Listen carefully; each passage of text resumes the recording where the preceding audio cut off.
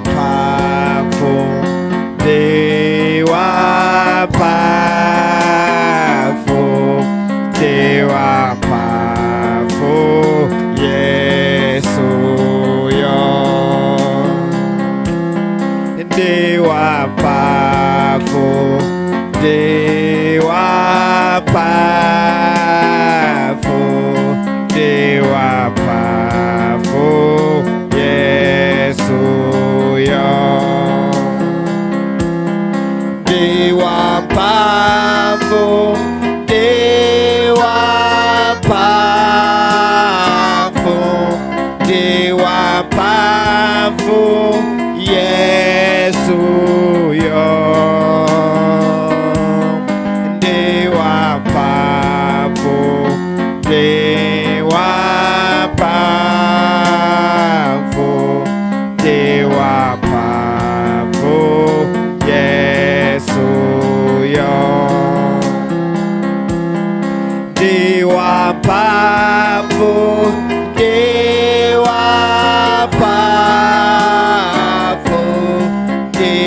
ndiwapafu, Yesu yo. Ndiwapafu, ndiwapafu, ndiwapafu, Yesu yo. Akonyesa, akonyesa, akonyesa, akonyesa, Yesu yo. Akonyesa, akonyesa, akonyesa, Yesu yo. Akonyesa, akonyesa, akonyesa, Yesu yo. Akonyesa, akonyesa, akonyesa, Yesu yo. Akonyesa, akonyesa, akonyesa, Yesu yo. Akonyesa, akonyesa, akonyesa, Yesu yo.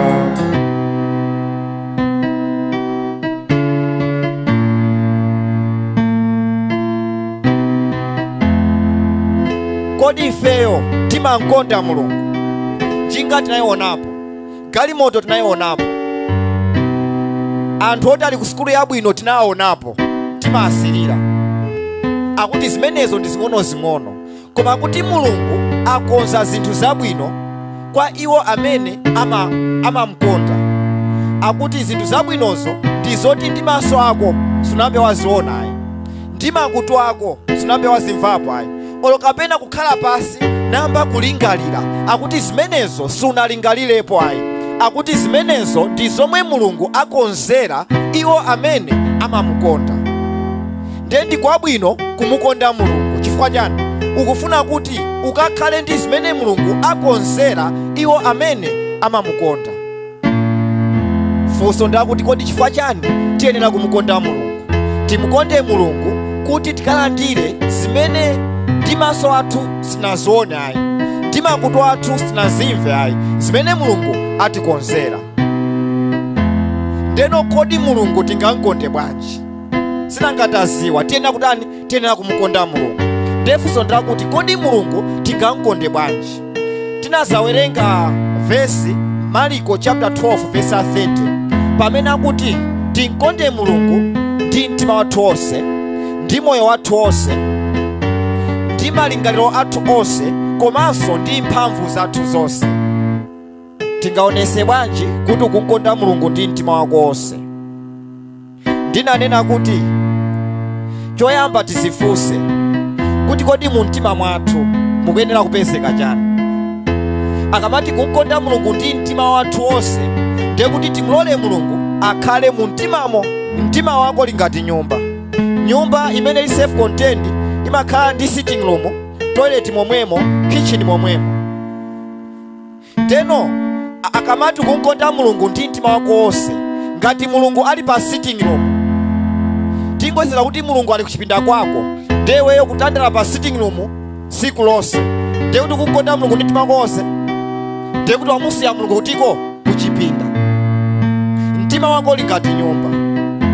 Ndeno akuti kumkonda Mulungu ndi mtima wako wonse, ndiye kuti ukamulole Mulungu akapezeke pena paliponse pa munyumba pako, akapezeke pena paliponse mu mtima mwako. Ukapita ku kitchen ukuphika, ukupemphera, ndiye kuti ukumkonda Mulungu ndi mtima wako wonse. Ukuchapa, ukupemphera, ukuchapa, ukuyimba nyimbo za uzimu, ndiye kuti ukumkonda Mulungu ndi mtima wako wonse. Ukuyenda upita ku skulu, ndiye kuti ukuyimba nyimbo zako za uzimu. Kapena ukulingalira mawu amene unaphunzira zulo kutiko ku chalichi. Mawu ambiri upita ku skulu, akuti nthawi imene upita ku skulu uzilingalira kodi naphunzira chani ku chalichi. Akuti pamene kulingalira za mawu aja, ndiye kuti kumkonda Mulungu ndi mtima wako wonse. Ukuchapa, ukupemphera mkatikati. Pemphero sikungozuluka namba upemphera, ukhoza mapemphera mu mtima mwako. Ambuye mutidalise, Ambuye skulu yangayi timenyereni nkhondo. Ukuyenda kupita kutiko, ukupita ku skulu.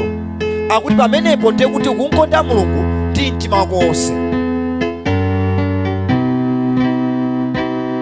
Wangokhala uli kuchipinda uzilingalira kodi naphunzira chani, kodi Ambuye mukuti chani, Ambuye Yesu ndiyankhuleni. Mulungu amatiyankhula kuzera m'malingaliro mwathu, ndiye kuti tisamangosewerayi kukhalapo pasi nthawi ina kumaganizira, Ambuye kodi muyankhula chani za skulu yanga, muyankhula chani za moyo wanga, muyankhula chani za business yanga, muyankhula chani za banja la kwathu, kodi tipange chani.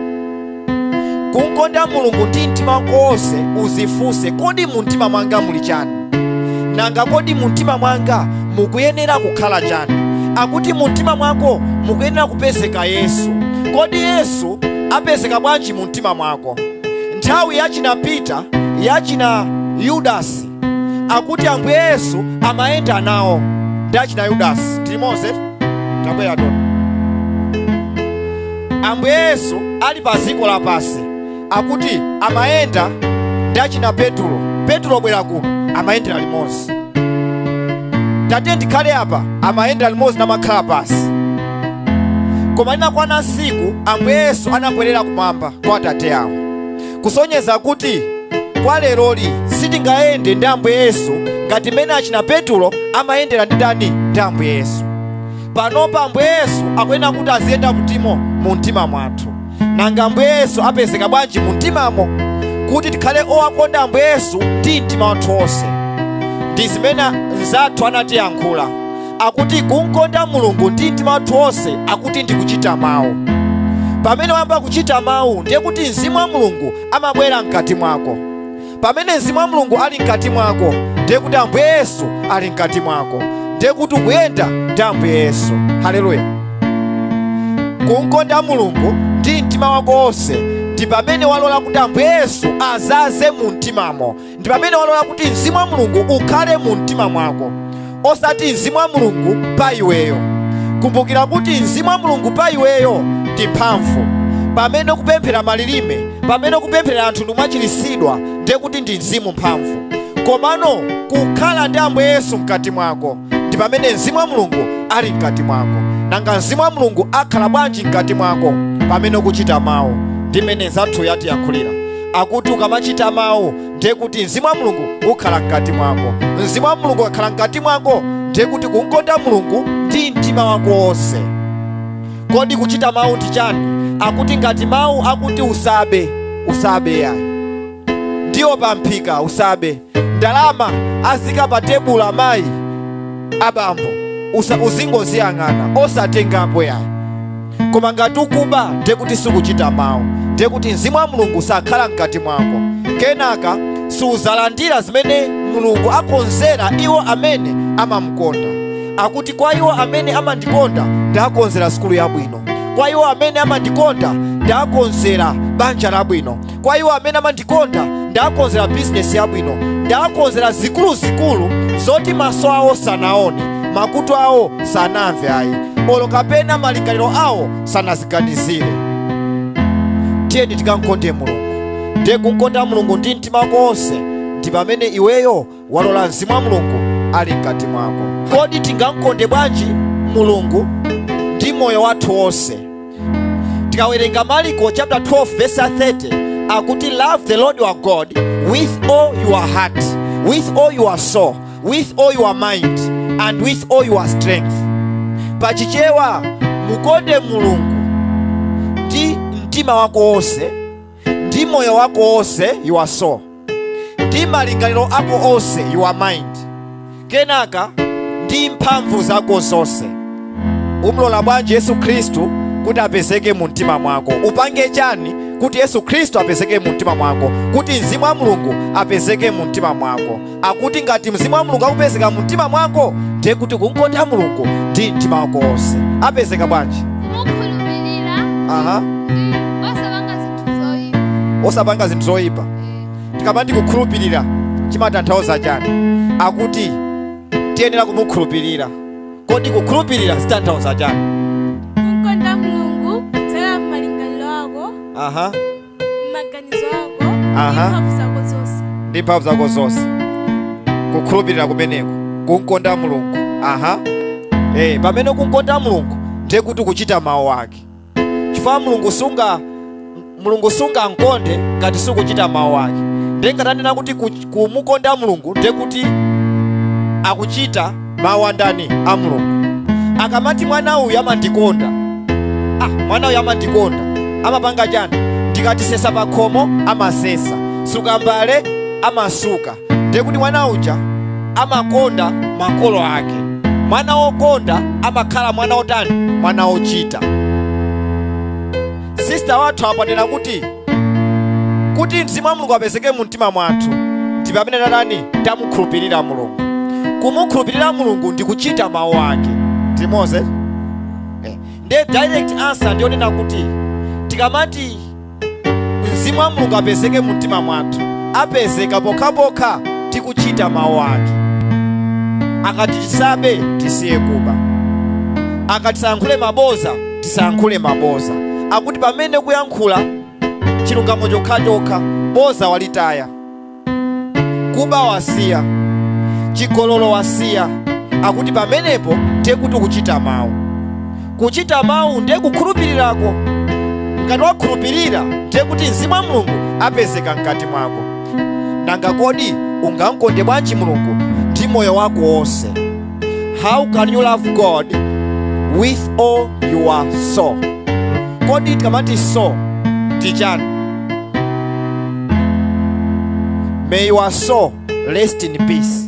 Timamva zimenezo Kodi akakamba za soul simatanthauza chani? Soul wa S-O-U-L. May your soul rest in peace. Lero Mulungu akuti love me with all your heart, love me with all your soul, love me with all your mind, love me with all your strength. To love God with all your heart taphunzireti. Tiziyankhula koso Chizungu. Mesa nanuso malemba timakata tachizungu. I love you with all my heart. Pali nthawi yoti nsikana akakhale ndi chibwezi kapena nyamata akakhale ndi chibwezi. Nthawi imeneyo ilipo. Kodi ndi nthawi iti imene nyamata aina kukhala pa chibwezi, nanga ndi nthawi iti imene nsikana aina kukhala pa chibwezi? Kodi chibwezi ndi chani? Nanga chifukwa chani tiyenera kukhala pa chibwezi? Chifukwa enafe timangoti ineyo ndakula. Kukhala pa chibwezi ndi kukonzekera kuti weyo ulowe mbanja. Haleluya. Alipo apa amene akonzeka kulowa mbanja? Ngati sunakonzeke kulowa mbanja, chifukwa chani uli pa chibwezi? ngati suli wokonseka kulowa mbanja, chifukwa chani uli pa chibwezi? Chifukwa timakhala pa chibwezi kukonzekera kuti ndikhale pa chani? Ndikhale pa banja. Chifukwa kukhala pa chibwezi ndiye kuti nthawi ina yonse weyo ukwatira kapena ukwatiwa, ndiye tanthauzo lake. Ngati siwo wokonseka kukhala pa banja, usakhale ndi chani? Usakhale ndi chibwezi. Sungakhale nesi uli form 4, ayi. Sungakhale nesi uli form 2, ayi. Komano uphunzire kaye form 1 mpaka na form 4, ulembe mayesa form 4. Ukakhoza upange apply ku college, kuli Kamuzu College of Nursing imene pano pauti chani? Kuhesi. Ndiye kuti ukalemba 4 ukapita ku college ukaphunzire za nursing yako ija, ukamaliza ukayambe ntchito. Ukayamba ntchito ndi pamene uyambe kuganiza kuti nayamba ntchito sopano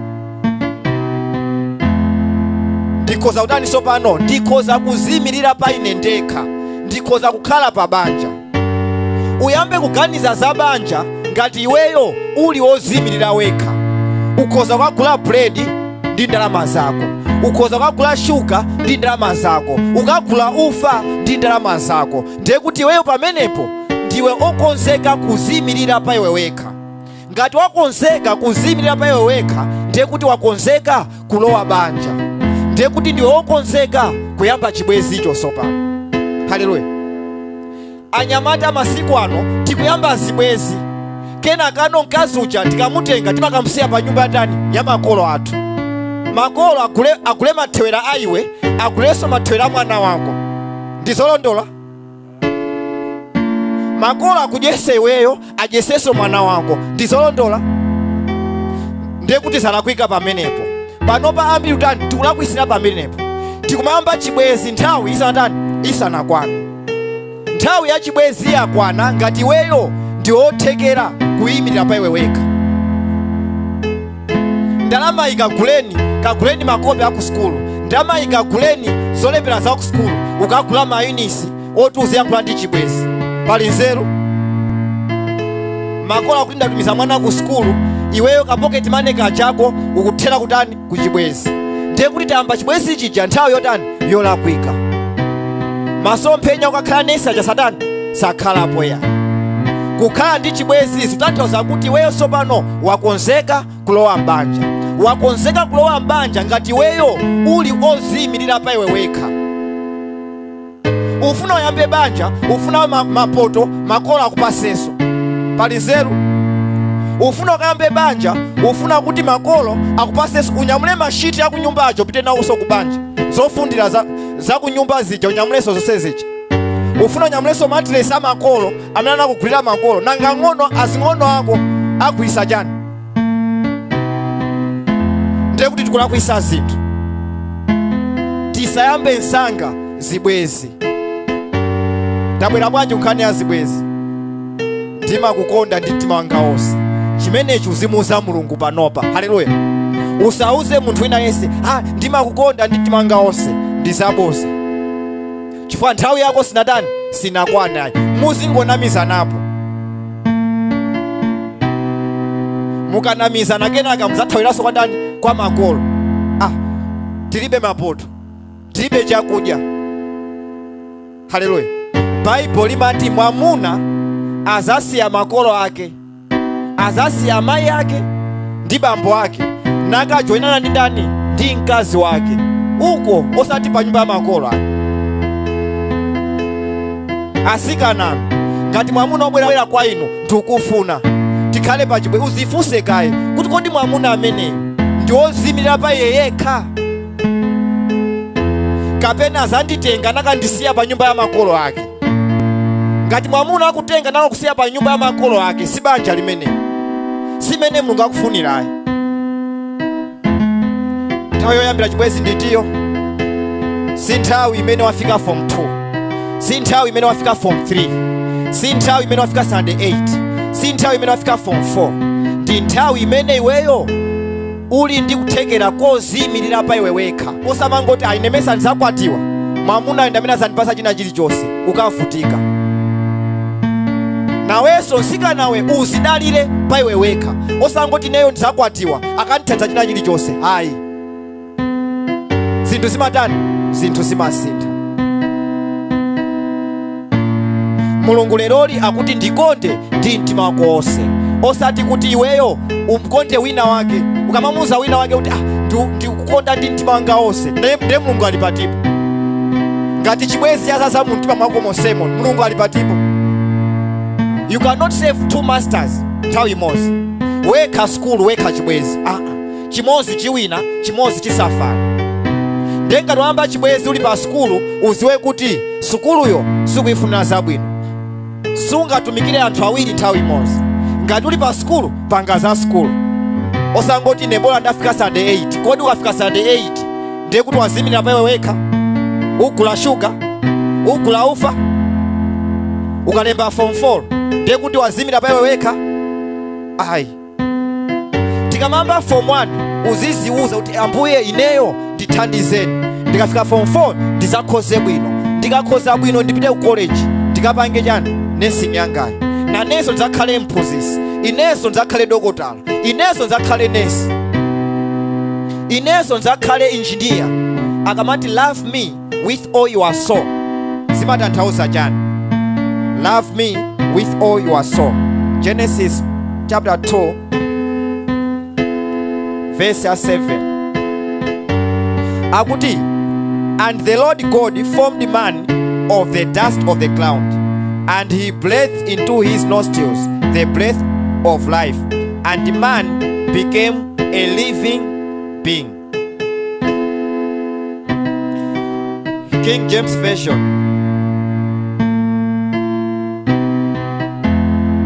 And the Lord God formed man of the dust of the ground, and breathed into his nostrils the breath of life, and the man became a living soul. Akuti ndipo munthu anakhala a living soul. Tilimoza pamenepo? Kodi a living soul yabwera bwanji? Akuti munthu anakhala a living soul. Akuti choyamba Mulungu anaumba munthu. Timoze akuti wachokera ku dothi umapitanso ku dothi. Ndi akuti Mulungu pachiyambi anatenga dothi naumba munthu. Eti ndiye anatenga dothi naumba chithupi. Mu chithupi chija akuti anauziramo mpweya. Atauziramo mpweya ndiye kuti mpweya ndi chithupithupi chija zinapanga chani? Zinapanga a living soul. Kusonyeza kuti a soul kapena munthu iziko tu thupi ndi mpweya, kapena thupi ndi mzimu. Zimapanga chani? Zimapanga munthu, zimapanga a living soul. Ndiye kuti a soul ili ngati ansala kapena the product. Ichi plus ichi zimapanga chani? Zimapanga a soul.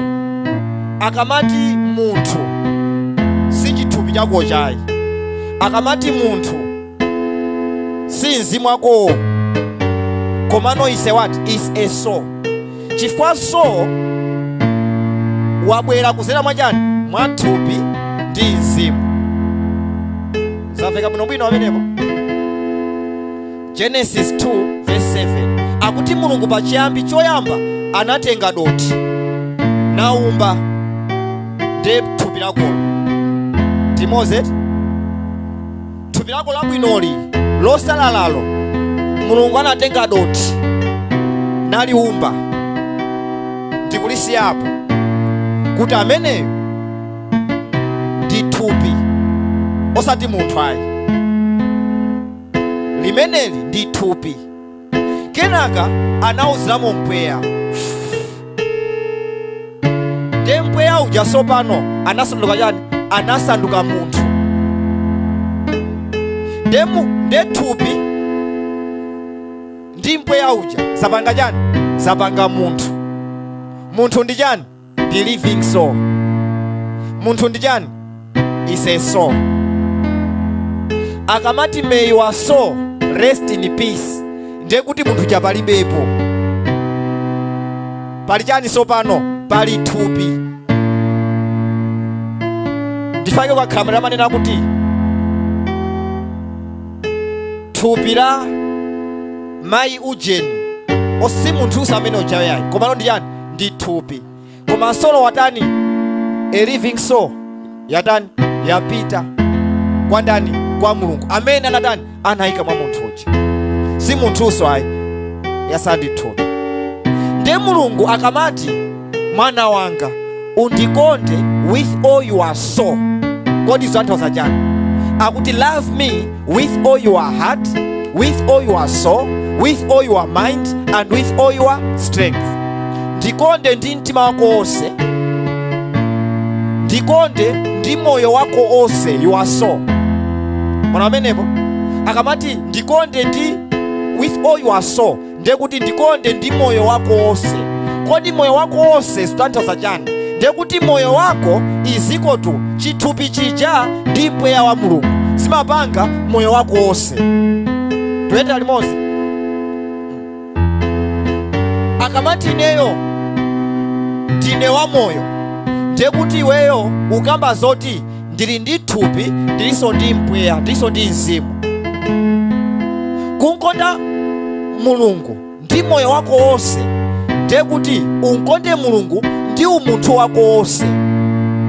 Umukonde Mulungu ndi zinthu ziwiri zilukuzi.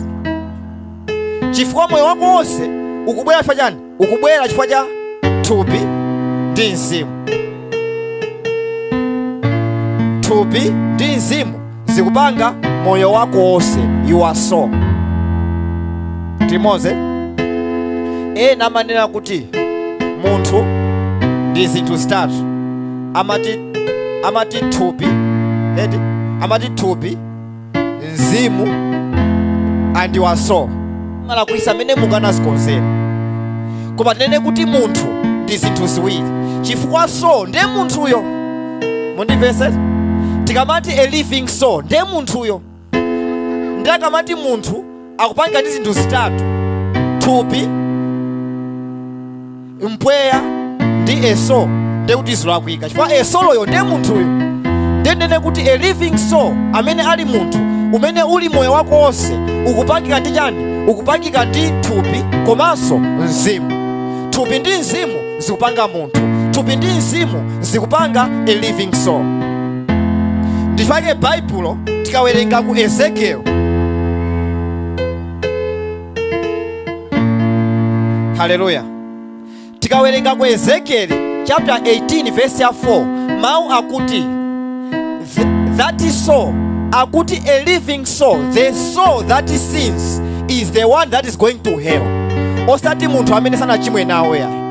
Akuti yekhayo amene achimwa, a soul that sins. Kutanthauza kuti a soul is a person, a soul ndi munthu. Ukamati moyo kunkonda Mulungu ndi moyo wako wonse, kunkonda Mulungu with all your soul, ndiye kuti a soul ndiye munthuyo. Unkonde Mulungu ndi moyo wako wonse. Ndiye Bible ikuti Ezekiel 18 verse 4 akuti a soul that sins is the one who is going to hell, and a soul that does the word. A soul kapena moyo wa munthu umene ukuchita mawu akuti umenewo umene uzapita kutiko ku paradise. A soul that sins uzapita kutiko, uzapita ku hell. Ndiye kuti a soul ndija is a person, ndi munthu. Ndiye kuti a soul apangika ndi yani? Apangika ndi mzimu ndi mpweya, apena mzimu ndi thupi. Zamviseka bwinobwino. Teno kunkonda Mulungu ndi moyo wako wonse zitanthauza chani? Sungankonde Mulungu ndi moyo wako wonse kopanda chani? Kopanda mzimu wake. Chifukwa moyo wako wonse ndiye zimene wewe udani, zimene wewe ukuonesa.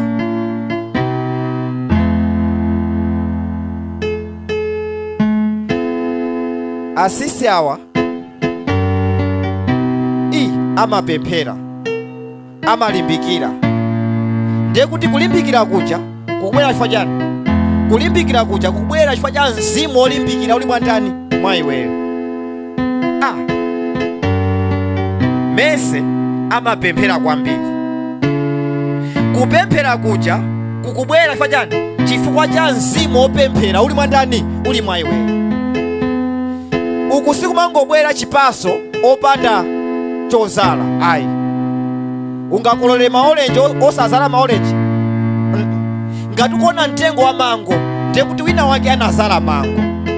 Ngati ukuona pemphero ndiye kuti wina wake anazala mzimu wa pemphero mwandani? Mwa mwana uja. Ngati ukuona kuimba kwabwino ndiye kuti wina wake anazala mzimu wa mayimbidwe abwino mwandani? Mwa munthu uja. Sizimangobwera ayi. Kupemphera ndi chipaso, kulimbikira ndi chipaso, kuimba ndi chipaso. Zabwera chifukwa chani? Ndiye kuti mwa iwe muli mbewu ya kuimba, muli mbewu yopemphera bwino, muli mbewu yolimbikira. Ndiye kuti zonse zija kuonesa zija, zipaso zija ndiye moyo wako. Haleluya. Ukafa kodi anthu amakukumbukira ndi chani? Amakukumbukira ndi zimene umachita. Ngati unali wamaboza ndiye kuti azanena kuti munthu amayankhula uchi, munthu uchi, ndiye kuti ndi moyo wako umene akukamba uchawo. Isenso ndeno tikamakamba za eso tukamba za zipaso zimene ukuonesa kwa anthu.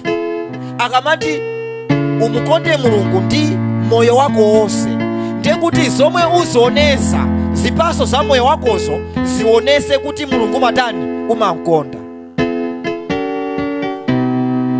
Kodi chimene anthu akuona pa iweyo akuona chani? Mwano. Mwana uja ndi wa mwano samamva. Ndiye kuti moyo wako ndi chani? Ndi mwano. Mwana uja sakhala pasi uhule.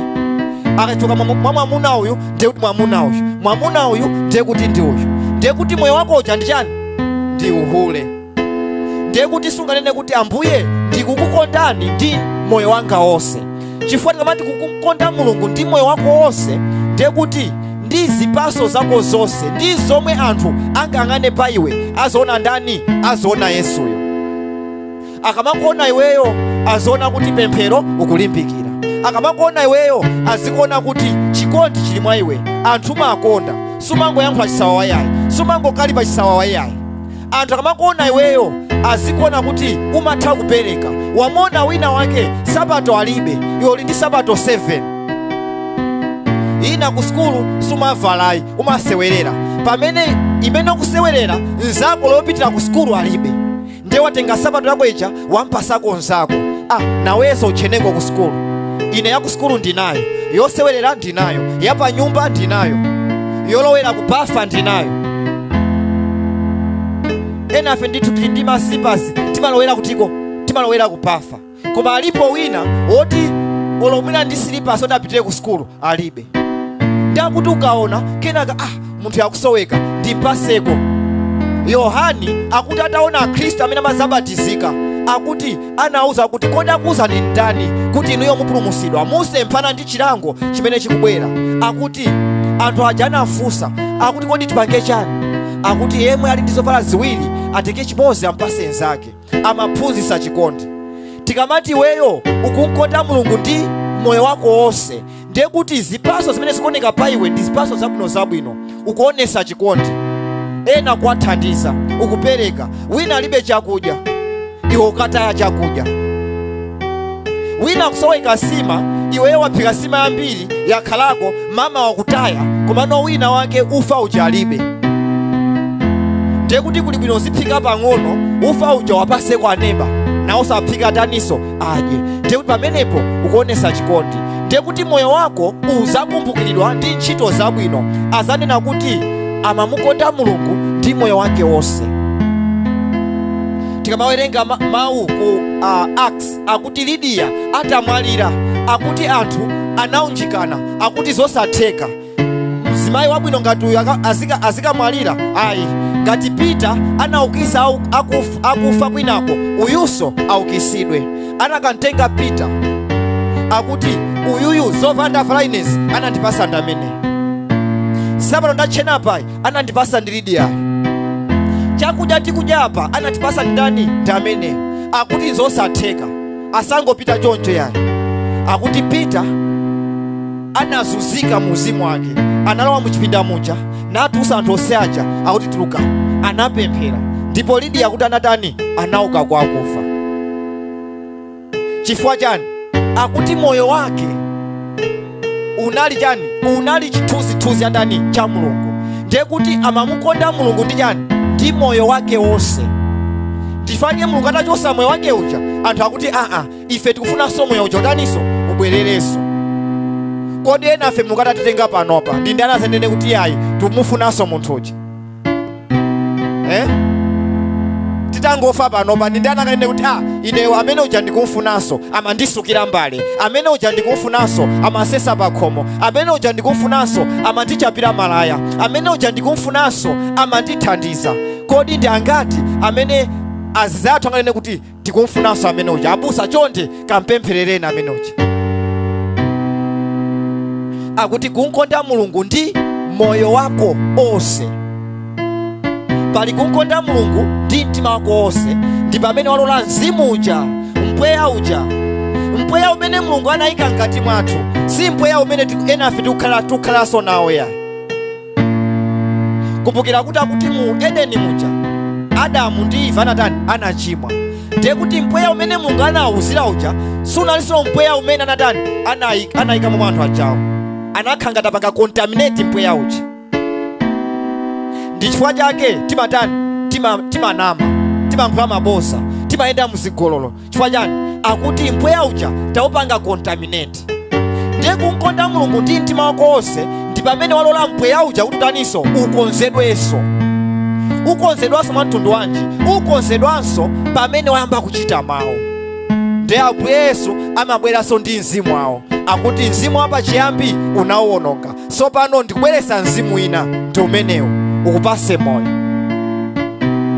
Kenako zona kuti zintchito zako zamba kusintha, wamba kuchita mawu. Ngati wamba kuchita mawu ndiye wamba tani? Wamba kukonza moyo wako. Moyo wako sungakonzedwe kopanda kukonza chani? Kopanda kukonza mbewu. Ndichonje moyo wako ndi chipaso chimene anthu amaona mwa iwe. Ngati anthu afuna kuti aone ma orange, iweyo sungazale mango. Uzale kaye mango uku kuti anthu aone mango. Uzale ma orange kuti anthu aone ma orange mwa iwe. Uzale kulimbikira kuti anthu aone kuchita bwino pa iwe. Ine ndifuna ndikhoze number 1 imangobwera ngati. Ine ndifuna ndikhoze number 2 ndikhoze number 3 zimangobwera ngati. Kukhoza number 1 ndi chipaso. Kupita ku university ndi chipaso.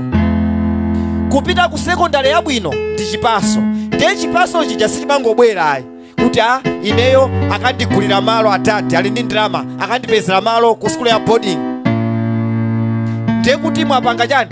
Mwapeza chipaso munjira yosakhala bwino, simukhalanso nacho yayi. Koma iye amene wazala mtengo uja, wazala kulimbikira, apita kutiko ku secondary kujako mosavutikira. Ndi kulimbira komwe kuja apitanso kutikonso ku university mosavutika. Ndiye choyamba tizale zinthu zabwino, tizale mzimu wabwino mkati mwathu. Kenaka tikayambe udani? Tikayambe kuchita mawu aja. Haleluya. Mulungu msiku la lero akuti undikonde ndi chani? Undikonde ndi moyo wako wonse. Kunkonda Mulungu ndi moyo wako wonse, kunkonda Mulungu with all your soul is to love God with all your life. Moyo wako uonese kuti Mulunguyo ukunkonda. Pakhale zipaso ndithu zabwino. Zipaso zozibwera bwanji? Pamene wazala mzimu, pamene ukuchita mawu. Haleluya. Zamveka bwinobwino? Kunkonda Mulungu ndi moyo wako wonse. Your soul. Love the Lord your God with all your soul. Ndi khalidwe lako lonse, ndi mayendedwe ako onse, ndi zochita zako zonse, zipaso zonse za iwe zomwe anthu akuona mwa iwe aziona kuti munthu uyuyu amankonda ndi Mulungu. They to love the Lord with all your soul. Akamati may your soul rest in peace. Ndiye kuti palibe poso zipaso. Anthu azisowa zipaso zija. Munthu uja amalalikira. Munthu uja amaphunzitsa.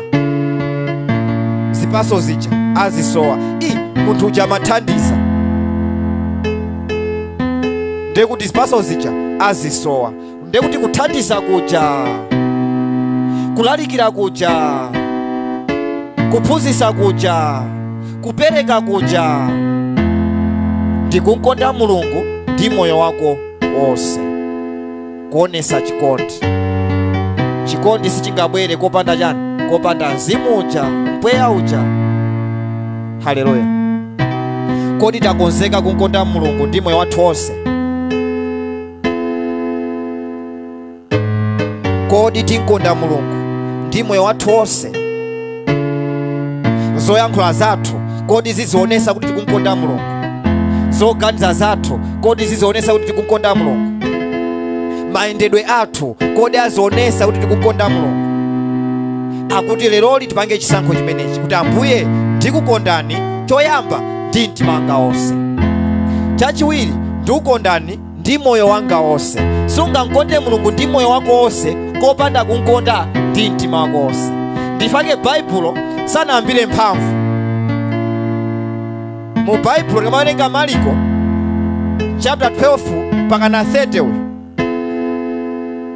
Tikamawerenga Marko 12 verse 30 akuti umukonde Mulungu ndi mtima wako wonse, umukonde Mulungu ndi moyo wako wonse, ndi malingaliro ako wonse, kenaka ndi mphamvu zako zonse. Sanayambire uku kumapita uku. Ndizovuta kumkonda Mulungu ndi mphamvu zako zonse usanamkonde ndi mtima wako wonse. Haleluya. Tizaphunziranso kumapeto kuti tikankonde bwanji Mulungu ndi mphamvu zathu zonse. Kunkonda Mulungu ndi mphamvu zako zonse ndi pamene ukubwera muno kuzasesa munomo, ndi pamene ukubwera muno kunyamula izi. Mwana menepo ndiye kuti kukonda Mulungu ndi mphamvu zako. Ambuye mwandipasa mphamvu ndikukondani pakukutumikirani. Komano kuti ukaganize zimenezo kuti leroli ndikasesa muja, leroli ndipanga izi, ndiye kuti mkati mwako muli mzimu wachikondi. Aja kuvutika okha ndi athandize. Ndiye kuti muli mzimu wachikondi. Mzimu wachikondi wabwera bwanji? Chifukwa unakonda Mulungu ndi mtima wako wonse. Sungayambire kumapeto ayi, uyambire poyambirira. Choyamba mukonde Mulungu ndi mtima wako wonse. Ndiye kuti ukuchita mawu. Pamene ukuchita mawu ukusiya kuba, ukusiya mabodza, ukusiya chigololo, ukusiya katangale. Ndiye kuti Mulungu akupasa mzimu wake ukhala mkati mwako. Ndiye kuti wamukonda Mulungu ndi mtima wako wonse. Kenaka mzimu uja tikawerenga Agalatia chapter 5 verse 22 akuti chipatso cha mzimu woyera ndicho chikondi. Ndiye kuti mzimu uli mkati mwako ayamba kubala chikondi mkati mwako. Pakabwera chikondi uzayamba kukonda anzako. Zoona uyu yanga mtu sezovala zonse zinachapeka ndikanthandiza. Ona wenepo. Ndiye kuti chikondi chimene chili mkati mwako chabala chani? Chabala kuthekera mphamvu. Upita ukati iwe zoona ngakusiye zovala zonsezi, mbale zonsezi usuke weka ndikuthandiza. Iwe zisuka ine ndizisukuluza, iwe zisuka ine ndizisukuluza. Ndiye pamenepo ukukonda anzako uja ndi mphamvu zako. Chifukwa mphamvu zija bwezi ukungosewera, ndi mphamvu zija bwezi ukungosewera fly. Koma kuti potero ndaja ndi mphamvu ndikuthandize kusuka mbale, ndikuthandize kuchapa malaya. Koma chikondi chija chabwera bwanji? Chikondi chija chabwera chifukwa cha mzimu wa chikondi uli mkati mwako. Haleluya. Ndichifake mawu akuti choyamba umukonde Mulungu ndi mtima wako wonse. Ukamukonda Mulungu ndi mtima wako wonse zizapangisa kuti umukonde Mulungu ndi moyo wako wonse. Ukamukonda Mulungu ndi moyo wako wonse zizapangisa kuti umukondenso Mulungu ndi malingaliro ako wonse. Uzaona kuti pena paliponse ukufuna ngati utathandiza wina wake, ukufuna ngati kuti wina utamangoyimba nyimbo, ukufuna ngati utamangowerenga mawu, ukufuna ngati kuti uzingopemphera. Chifukwa chani? Ndiye kuti sopano malingaliro ako azazidwa ndi ndani? Ndi Mulungu. Ndiye kuti ukukonda Mulungu ndi malingaliro ako wonse. Osati kwangoja kodi lero ndikaswera ndi ndani fly, kwangoja kodi leroli tikacheza kuti, kodi dasiri kuti, kodi singakhaleko kwati tikavineko. ndekuti zoganiza zako ukuganiza yani za kuchikunja, za kuthupi, osati za Mzimu wa Mulungu. Ndekuti Mzimu wa Mulungu mkati mwako mulibe. Siunamkonde Mulungu ndi mtima wako wonse, koma kuti ziyembe step by step. Sizimavutayi. Uzaona kuti wekha zangu yamba kusitika wekha. Leroli sindipita nawo kukwati kumenewo, tukaphunzira nyimbo chechi. Ndekuti sopano malingaliro ako ayamba kuzazidwa mwandani mwa Mulunguyo. Haleluya.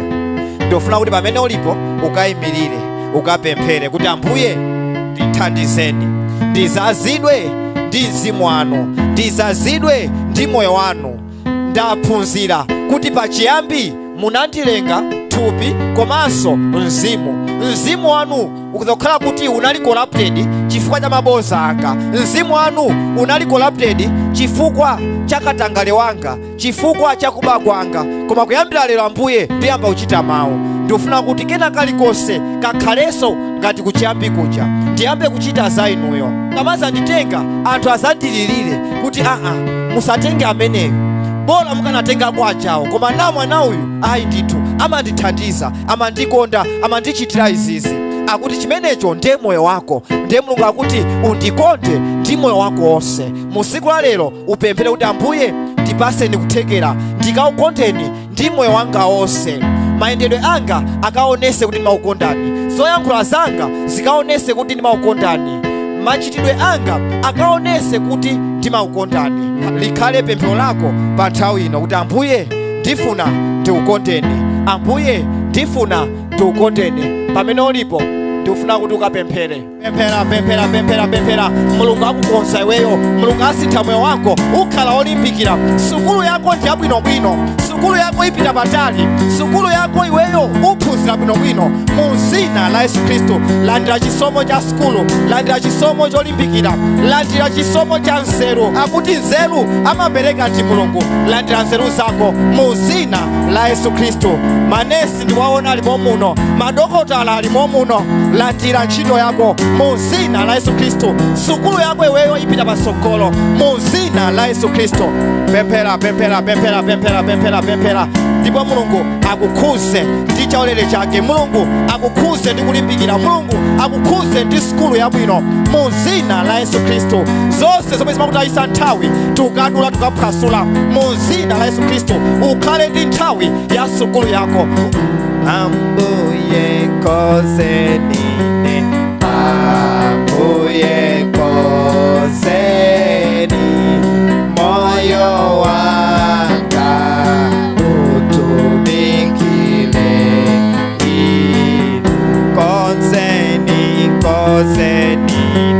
Ambuye kozeni, moyo wanga utumikile inu.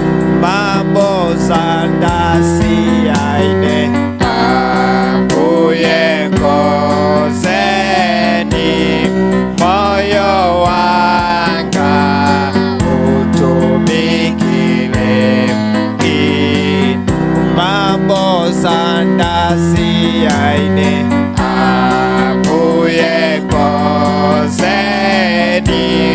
moyo wanga utumikile inu. Zibwenzi ndasiyaine, Ambuye kozeni, moyo wanga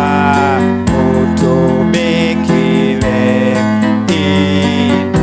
Zibwenzi ndasiyaine, Ambuye kozeni, moyo wanga utumikile inu. Kufuta ndasiyaine, Ambuye kozeni, moyo wanga utumikile inu.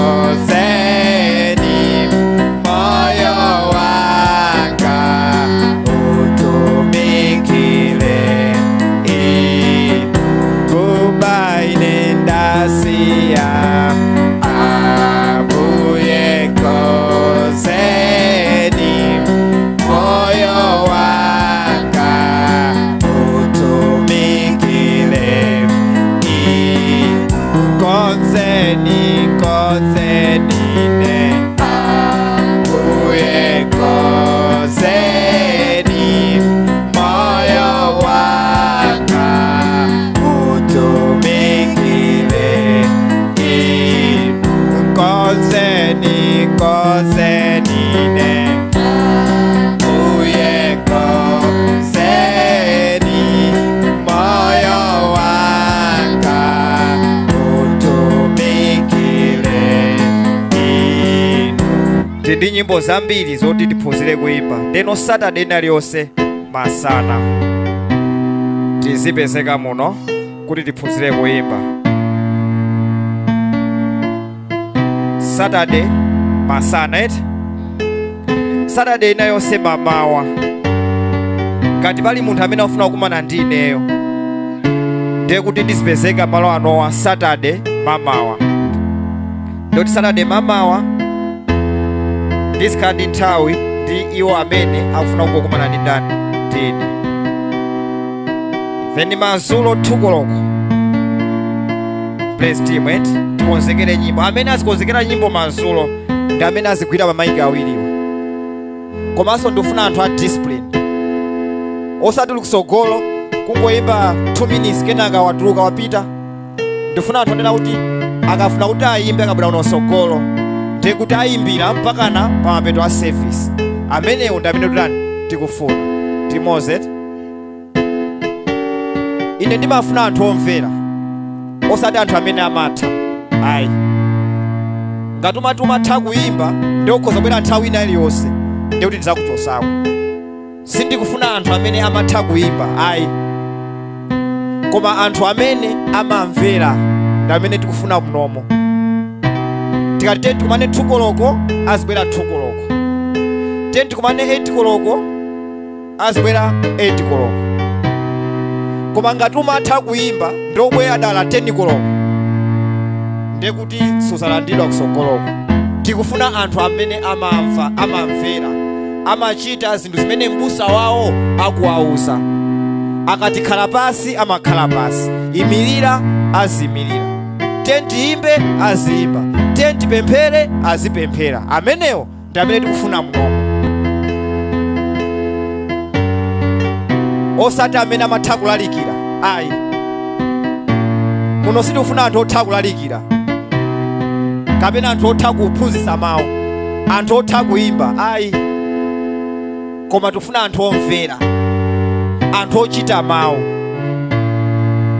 Pali nthawi zina Mulungu amatha kundiyankhula kuti amene akuyimbayo mzimu mulibemo mwa iye. Ndeno usazaoneka kuti ndakuchitisa manyazi, ndizakutengawo kuti amayi inu kakhaleni pasi, abambo inu kakhaleni pasi, musayimbe nawo. Kaya umatha kuyimba, koma ngati kuyimbako ukuyimba kopanda mzimu wa Mulungu mkati mwako ndiye kuti ndizaukhazika pasi. Ziziyenderana kuchita mawu ndi kuyimba. Osati wazuka ku nyumba mbale sunasuke, sunachape, sunasese pakhomo ndukayimba uchalichi, mzimu wake utiwo. Mawu amati lemekeza makolo ako kuti ukhale ndi moyo wautali ndi Mulungu amene. Ndiye ngati sunalemekeze makolo ukubwera kuti uzayimbe, pali uzimu pamenepo.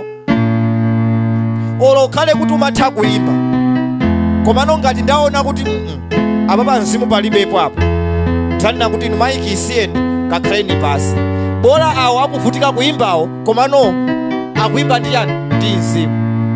Timozi akuti Davide atatenga gitala yake namayimba, akuti ziwanda zimatuluka mandani mwa Sauli. Chifukwa chani?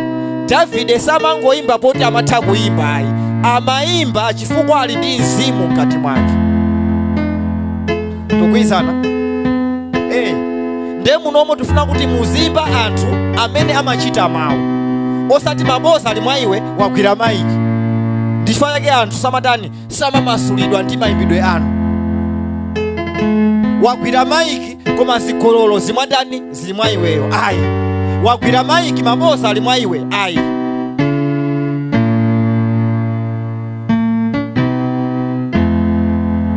ndeno iweyo kaona kuti koma ineyo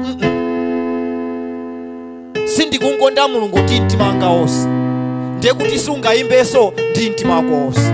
Usagwire maiki timoze maiki igwidwe ndi anthu amene akunkonda Mulungu ndi mtima wawo onse, ndiye kuti mzimu wa Mulungu uli mkati mwako. Kodi mzimu wa Mulungu wabwera bwanji mkati mwako? Ukuchita mawu. Maboza wasiya, chigololo wasiya, katangale wasiya, kuba wasiya. Amenewo ndi amene tikuwafuna mnomo.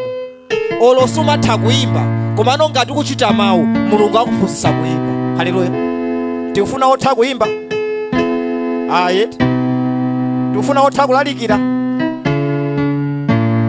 Tikufuna otha kuphunzitsa? Ayi.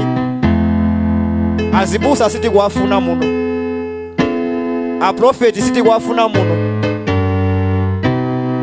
abishopu munomo sitikuwafuna. Tufuna ndani? Tikufuna amene amachita mawu. Ameneyo tikumfuna.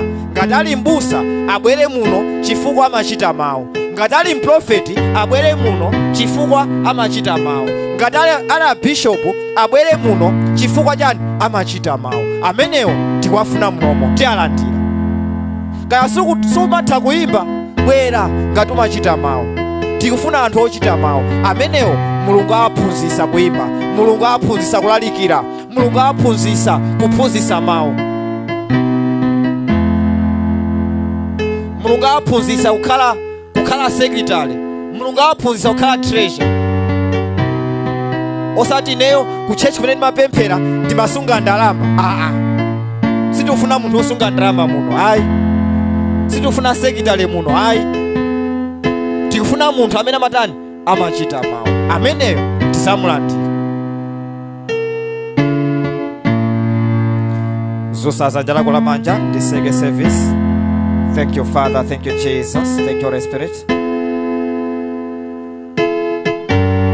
Atate muzina la Yesu Kristo tiweyamikani chifukwa cha mawu wopambana umene munatipasa.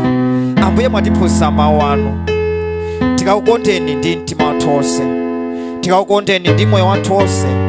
Baba, patokha sitingakwanise, patokha ndife ofowoka.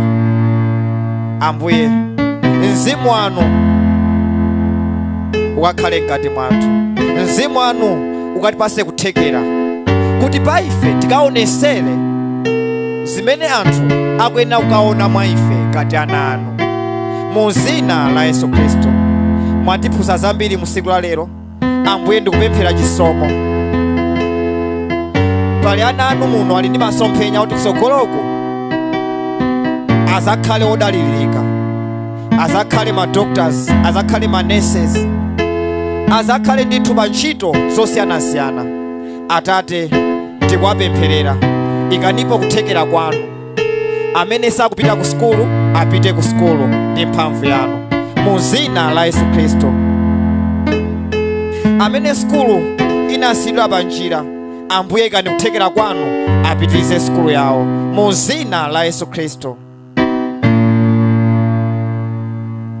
Ndikulengeza kulimbikira pa ana anu, ulesi wonse usakayendenso mwa ana anu mu dzina la Yesu Kristo. Akagwire chinthu chimodzi. Mwanenesa mawu anu kuti palibe amene angatumikira anthu awiri nthawi imodzi, ndipo mawu anu mukunenesa there is time for everything. Nthawi yozala, nthawi iso yokolola, nthawi ya skulu, ndiponso nthawi yokhala pa banja. Atate ndikuwapempherera ana anu kuti azindikire nthawi kapena nyengo imene alimonso pano, ndipo akachite za nyengo imeneyo mu dzina la Yesu Kristo. Nzeru zimene Satana anaba pa moyo yawo, Ambuye nzeru zimenezo tikubwezeresera mu dzina la Yesu Kristo. Kulimbikira ukhale pa iwo mu dzina la Yesu Kristo. Akaone kudabwa anthu pa ana anu akupezeka muno mu dzina la Yesu Kristo.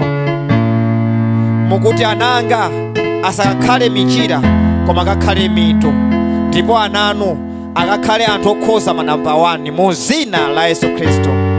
Kaikenipo kuthekera mwa iwowo mu dzina la Yesu Kristo. Thank you Lord, thank you Father, thank you Jesus. Aphunzira mawu mu musiku la lero. Mawu amene aphunzira ili ngati mbewu mkati mwawo.